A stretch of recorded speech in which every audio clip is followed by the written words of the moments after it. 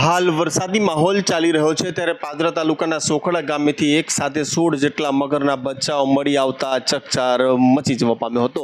ખાસ કરીને વાત કરીએ તો 16 જેટલા છે તે મગરના બચ્ચાઓ મળી આવ્યો છે, જેમાં સોખડા ગામના સરપંચ પાર્થ પટેલનો પાદરાના પ્રાણી જીવરક્ષક સંસ્થાને કોલ આવ્યો હતો કે સોખડા ખુર્દ ગામના એક વિસ્તારમાં માછલી પકડવાની જાળીમાં કેટલાક મગરના બચ્ચાઓ દેખાય છે, જેને ધ્યાન પર લેતા પાદરા પ્રાણી જીવરક્ષક સંસ્થાના સંચાલક રોકી આર્ય, પ્રવીણ આર્ય સહિત પાદરા ફોરેસ્ટ વિભાગના અધિકારીઓ અને કર્મચારીઓ ઘટના સ્થળ પર પહોંચ્યા હતા, જ્યાં તપાસ કરતા 16 જેટલા મગરના બચ્ચાનો માછલી પકડવાની જાળીમાંથી રેસ્ક્યુ કરવામાં આવ્યું હતું। તમામ બચ્ચાઓને સહી સલામત પાદરાના ફોરેસ્ટ વિભાગ ખાતે લાવવામાં આવ્યા હતા, જ્યાં તેઓને મેડિકલ ચેકઅપ કરી અને તમામ બચ્ચાઓને સુરક્ષિત જગ્યા પર છોડવાની કાર્યવાહી હાથ ધરવામાં આવી હતી।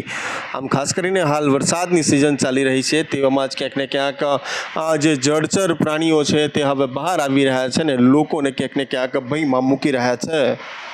મારું નામ આર્ય રોકી છે। હું પાદરામાં પ્રાણી જીવરક્ષક સંસ્થામાં વન્યજીવ બચાવ કામગીરી કરી રહ્યો છું। અમને સોખડા ખુદ ગામેથી અમને કોલ આવ્યો હતો અમારી હેલ્પલાઇન નંબર ઉપર।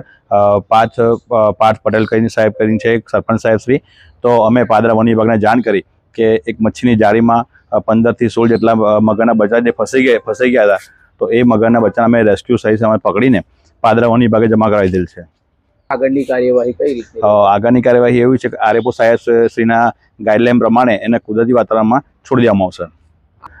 મગર તો હવે દરેક જગ્યા પર જોવા મળી આવે છે, કેમ કે એશિયા ખંડમાં સૌથી પહેલો નંબર આપણા બરોડા જિલ્લાનો આવે છે, એ ખૂબ સારી વાત કહેવાય છે। અને મગર હવે જેમ કે આપણે જૂનાગઢમાં સિંહો સાથે ટેવાઈ ગયા, તો આપણે પણ એની સાથે ટેવાવું પડશે હવે મગરો સાથે, કે મગરને પણ જગ્યા જોતી, એનું ઘર કહેવાય, તળાવ છે, સરોવર છે, નદી છે, આ એનું મકાન થયું, એ ઘર કહેવાય।